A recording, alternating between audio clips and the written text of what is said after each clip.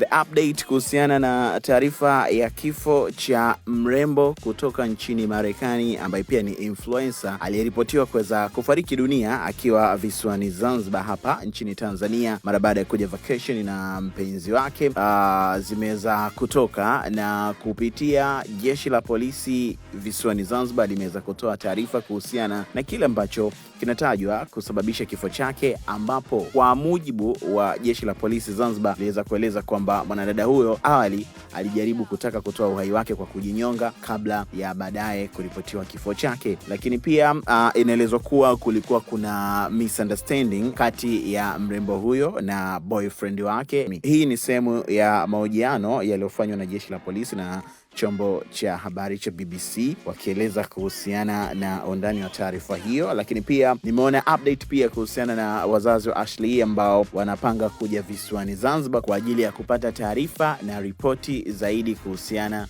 na kifo cha binti huyo. By the way, huyu ni moja kati ya influencer ambao alikuwa ana namba kubwa pia katika mitandao ya kijamii especially nchini Marekani, na nimeona hata taarifa yake ya kifo chake imekuwa reported katika vyombo mbalimbali vya habari nchini Marekani. Lakini pia hata mwanamuziki Cardi B aliweza kuhusia kuhusiana na kifo cha influencer huyo wa mitandaoni kutoka nchini Marekani, jiji la Miami.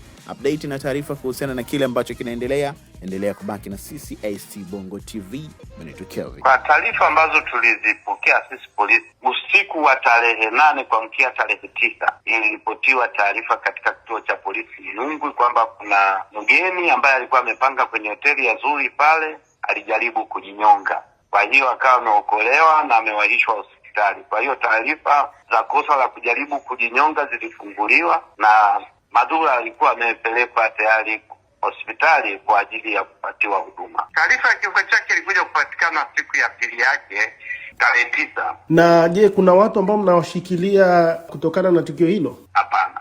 Kwa mujibu wa maelezo yaliyokuwepo ni kwamba kweli alifuatana na mpenzi wake huyo au mchumba wake, na wote walikuja wakapanga katika hiyo hoteli ya Zuri pale Nungwi, lakini kabla ya tukio hilo walionekana kulikuwa na sintofahamu, kutokuelewana. Sasa kwa sababu kulikuwa na kutokuelewana huko, utawala wa hoteli ukaona ni bora uwatenganishe vyumba kwa ajili ya usalama wa kila mmoja. Kwa hiyo Ashley akawa na chumba chake na funguo yake, na huyo mchumba wake naye akawa na chumba chake na funguo yake. Na baada ya hapo sasa, kwenye fuatilia zenu, nini ambacho nyie kwenye uchunguzi mmebaini kwamba labda pengine ndio ilikuwa sababu ya yeye kutenda kile alichotenda? Hatuwezi kujua. Hapa mtu akizalisha fariki, tutajuaje? Mwili wa marehemu umefanywa utaratibu wowote wa kuondoshwa visiwani humo, ama bado kuna uchunguzi wa aina yoyote ambao unaendelea? Tulitegemea leo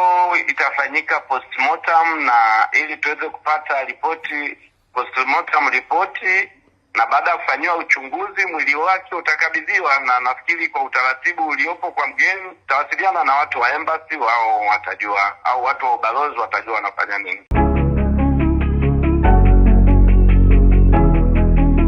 ST Bongo, nyumbani kwanza.